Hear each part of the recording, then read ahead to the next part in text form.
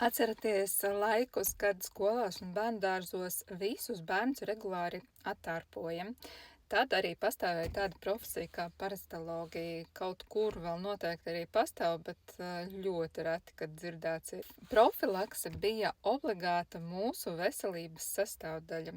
Kur tas viss palika? Vai parazīti izzuda no planētas Zeme? Diemžēl nē, vienkārši par tiem pārstāja runāt. Un tas ir tā kā Strauss sindroms, iebāžam galvu zemē un izliekamies, ka problēmas nav. Kas tad patiesībā ir parazīti?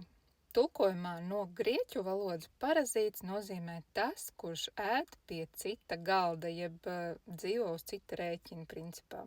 Tie nav tikai tārpi, tie ir tūkstošiem dažādu mikroorganismu, sēnītes, vienšūņi, baktērijas un vīrusi. Viņu vienīgais uzdevums ir izdzīvot uz mūsu rēķina.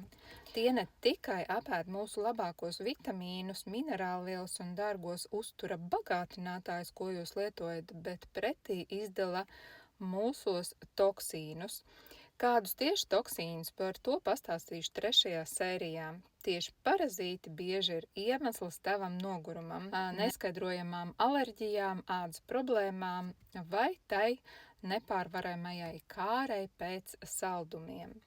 Mēs nedzīvojam sterilā pasaulē, un tas ir normāli, bet jautājums ir, vai mēs savu organismu uzturam kā caurstaigājumu sētu vai kā sakoptu un aizsargātu mājokli.